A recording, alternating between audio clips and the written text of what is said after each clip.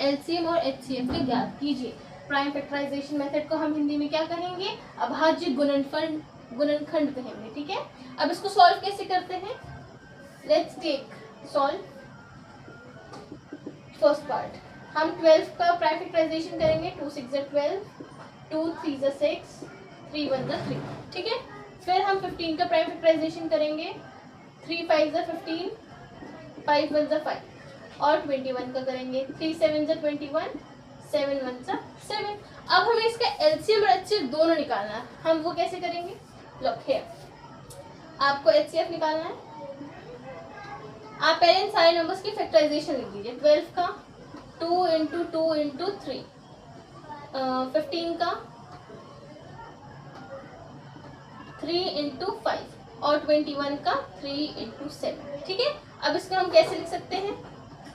2 की power 2 into 3, 3 की power 1 into 5 की पावर 1 एंड 3 की पावर 1 इंटू 7 की पावर 1। इस तरीके से भी लिख सकते हैं, राइट। अब हमें क्या बताना है? एचसीएफ बताना है। हम एचसीएफ कैसे बताएंगे? एचसीएफ क्या होता है? Highest common factor.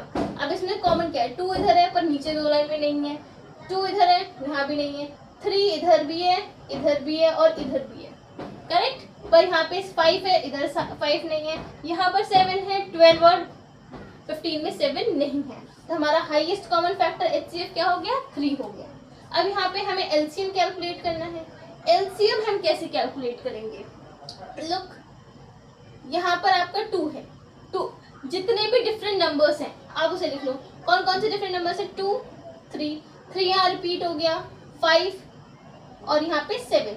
तो कितने नंबर्स हो गए? 2 3 5 और 7, इतने नंबर्स रिपीट हो गए, करेक्ट। अब इसमें इनकी पावर्स क्या है? जैसे यहाँ 2 की पावर 2 है, आप यहाँ लगा दो। यहाँ पे 3 की पावर 1 है, 1 1, तो आपकी 3 की पावर कितनी हो जाएगी? 1।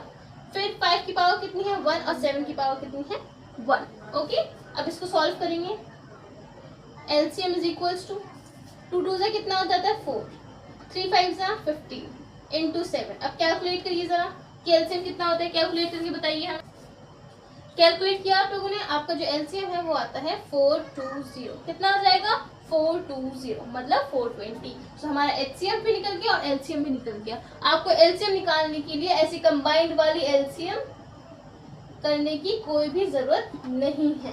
आपको डबल कैलकुलेशन करने की जरूरत नहीं है। आप एक ही कैलकुलेशन करके आपका